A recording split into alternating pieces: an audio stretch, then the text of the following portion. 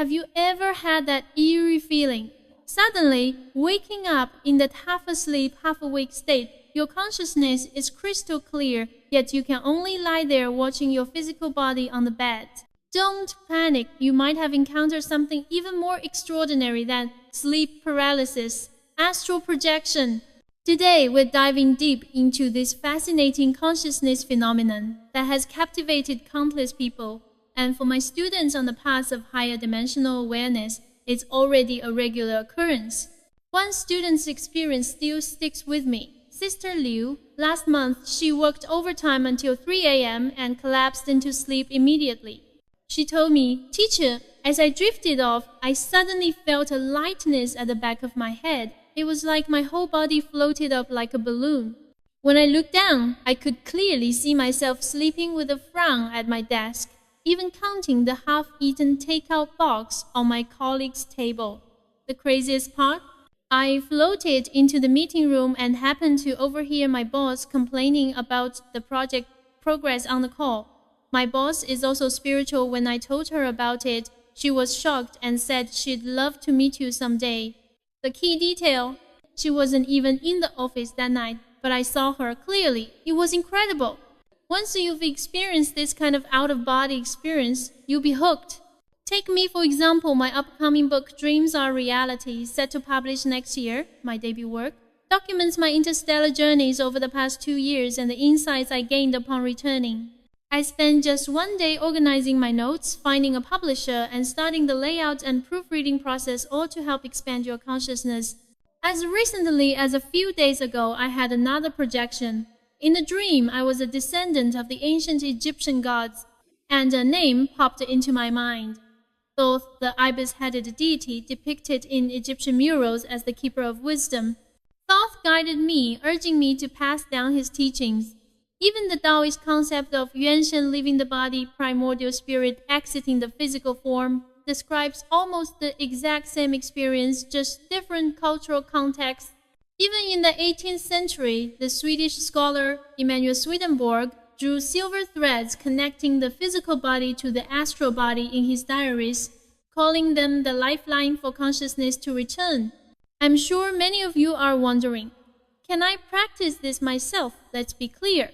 If you've never done any spiritual practice before, I absolutely do not encourage blind attempts.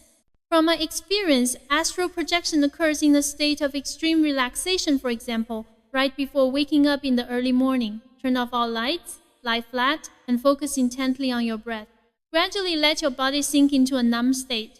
At this point, if you suddenly focus your consciousness on wanting to sit up, you may feel tingling or mild vibrations throughout your body. These are the legendary signs that the astral body is preparing to separate from the physical. However, if you feel dizzy or nauseous, stop immediately. I've heard from followers who forced the experience and felt disoriented for days afterward.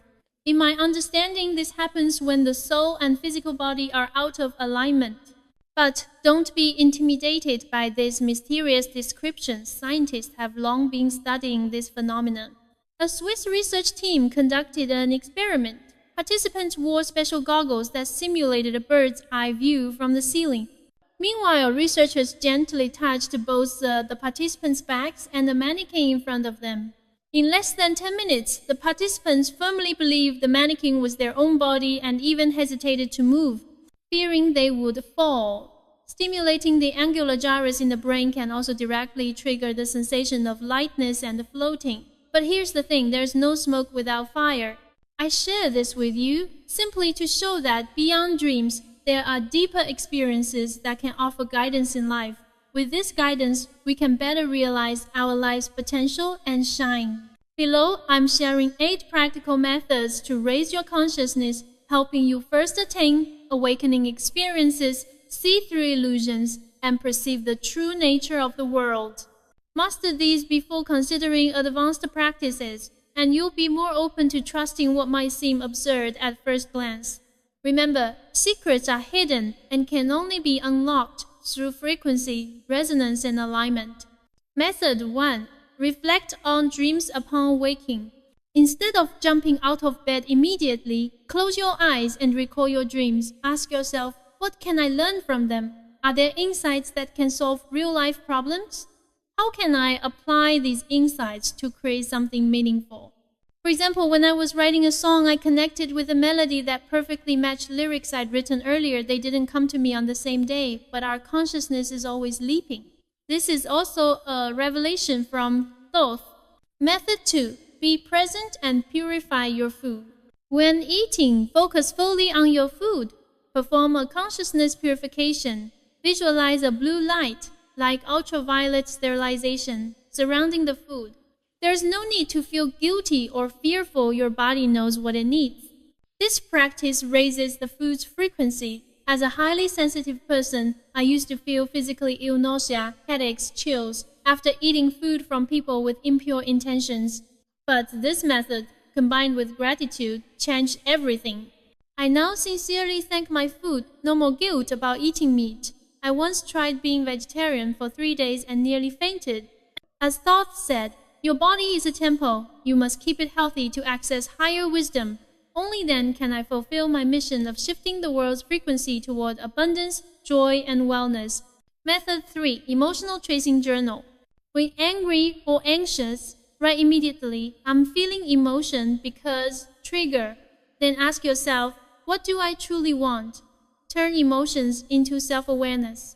A quick note. I'm constantly undergoing quantum leaps and shifting timelines, so I try to film short videos on the same day I finish teaching content, sharing insights in real time. Method 4. Purify your environment.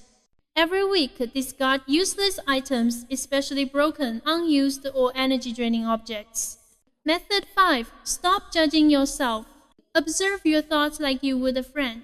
Oh, I'm overthinking again. Don't get caught up in self-criticism. Only then can your consciousness shift from being controlled to being in control. When you view yourself as an observer, you'll grow to love yourself. Even your past mistakes become unique quirks. We're constantly evolving, and time is not linear. In the timeless realm, we're all connected. Our present shapes our past. My mom still teases me. You could barely finish an essay as a kid. How are you writing a book? You couldn't sing well. How are you composing songs? It's our past imperfections that make our present perfect. If you were born with all talents, where would the joy of exploration be?